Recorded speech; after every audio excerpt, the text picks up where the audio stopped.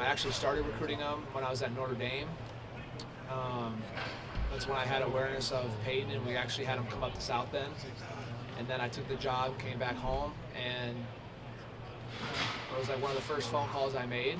I was just trying to get them on campus, and the reason being was you knew how instinctual and tough he was, and he was a throwback Mike linebacker. And the thing that's great about Peyton is he's so competitive, and he's a perfectionist and all those things, as you should be as a Mike. You know, he's been trying to nip at the heels over and over, and honestly, I think that he has pushed the guys in front of him because of how hard he practices. He earned respect of everybody right away freshman year with how physical he was in the box, and now it's fun to kind of see him find his voice even more. I was comfortable playing Peyton last year in big moments, and it was good to get a healthy rotation in with him, Marvell, and Sonny.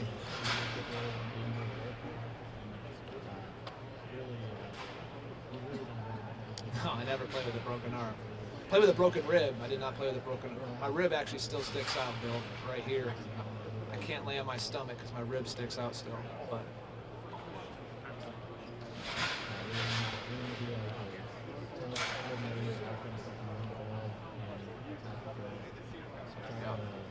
yeah, I think I watched, you know, when I caught wind that Christian was going to get to the portal.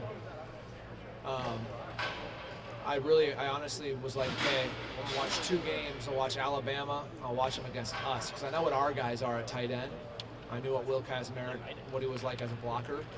And to see him with the club on in that game, fighting and the toughness. I honestly noticed his size, like on the field. I was like, gosh, Zero over there is a big son of a gun. I just thought there was like a veteran. Like, we're very talented, but we're young and green. So there's like a veteran. I've been in big games before. I've played the top opponents before, and the scene isn't too big. Not to say that it will be for the other guys, but we just don't know.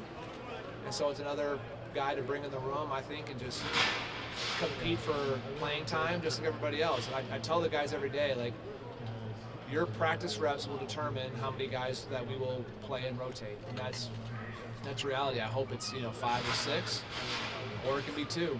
It honestly just depends on how they prepare and really how they perform. He's done really well. I think, you know, I think all the new guys are just trying to find their way in the new culture and how Ohio State does things. And I truly believe that we are different from other programs, the way we challenge our guys, and the culture that, you know, Ryan has here with Coach Day of like, hey, we're going to fight to be the best version of ourselves. Like, that is not easy. Like, you are going to be challenged, and you are expected to be uncomfortable every single day because you grow when you're uncomfortable. And I think he's really bought into it, and he's been you know, everything that we expected. He brought it in.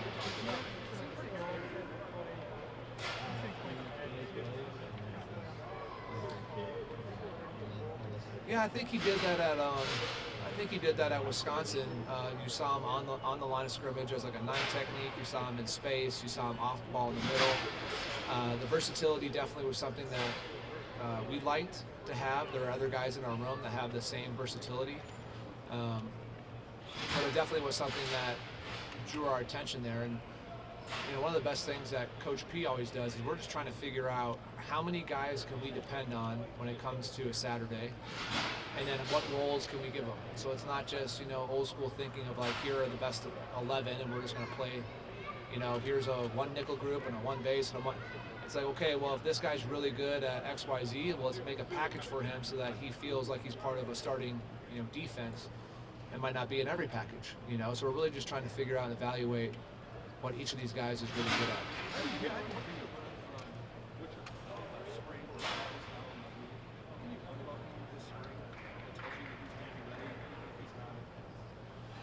Honestly, you just find out if he's mentally locked in.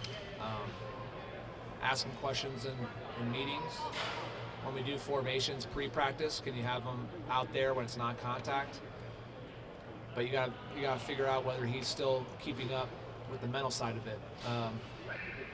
Riley has all the physical tools in the world, but when you're off to the side, you got to make sure that he can stay up with all the mental install. And so you'll randomly ask him questions in the meeting room to make sure that, because it's hard. Like when you're hurt and you're off to the side, and and you're not practicing and just in the pit all day, like, it's tough to stay as detailed and professional, but everyone in our room wants to get to the National Football League, and the number one thing is like the preparation when it comes to taking notes with a pad of paper and a pen and redrawing and redrawing and redrawing. And if you go on the field at all and you think pre-snap, like, you have no chance to see what the offense is doing. Like, if you're thinking about, okay, where do I align and what drop do I have, like, that's got to be so fast in your brain that you're able to look up and see, is the tight end deep, and where's the tackle's eyes, is he looking down, is he in a 2-point, is he in a 3-point, where's the quarterback IDing, and then all that tells you what plays are coming. You can't play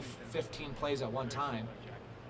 You can narrow it down to 3 or 4 and play really fast. But if you're out there thinking, oh, which way do I drop, you don't got a chance. And that's not what I'm saying, right? I'm just saying as a linebacker in general or a defensive player, the offense will tell you a story every time. You just got to pay attention. What's the indicator that like I would say reaction time to me, like, I think guys really, it's reaction time to a question. But for me, it's when you are out there with your guys and you know what you're supposed to do so well and what's happening in front of you, then you take control and you own it. So if you say, hey, we're setting the front to the left, and you notice that big guy in front of you is aligned wrong, then as a Mike linebacker, you walk up, give him a nice little love tap, encourage them to move over to the right alignment, and you control it. Like, that to me tells me that if you're supposed to get a call from the back end and you don't hear anything, you turn around, you clap at your safety, and you tell them, make a call. Like, there's an urgency and a confidence that comes with, like, the volume you have out there in the field. If you're out there speaking all soft and quiet, and like, it just won't work on the field. You got to be loud, because even if you're loud and wrong, all 11 will play the same call and will be together. But if you're like soft and right, like some guy, what do you say? You know, like, it just doesn't work that way. Man, TJ has grown so much from last season, so much. Like, he got so much better from fall camp to, like, when we were in the postseason. There's been a maturity. I think TJ learned a lot about himself through last season. There's been a maturity in the off season. There's been a seriousness of trying to find a way to get on the field and have a role, which I think TJ's done a phenomenal job. He's had a really strong start to this spring.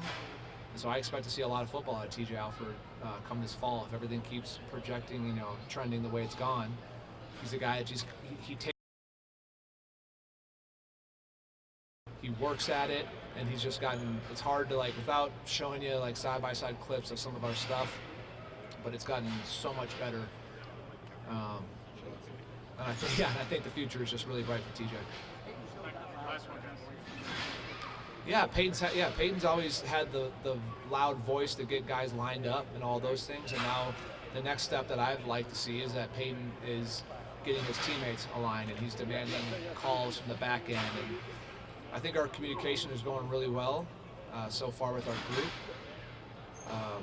But you just continue to push the envelope in the same way. Like, the last thing you want is players to get comfortable in the sense of thinking that they've arrived at the fair, and none of our guys do. And a lot of that has been, fortunately, like the way Tommy played the game, came to work, and then the way Cody played the game and came to work, and then when Sonny was able to see Cody, and then Veli was able to help with Sonny, all of it.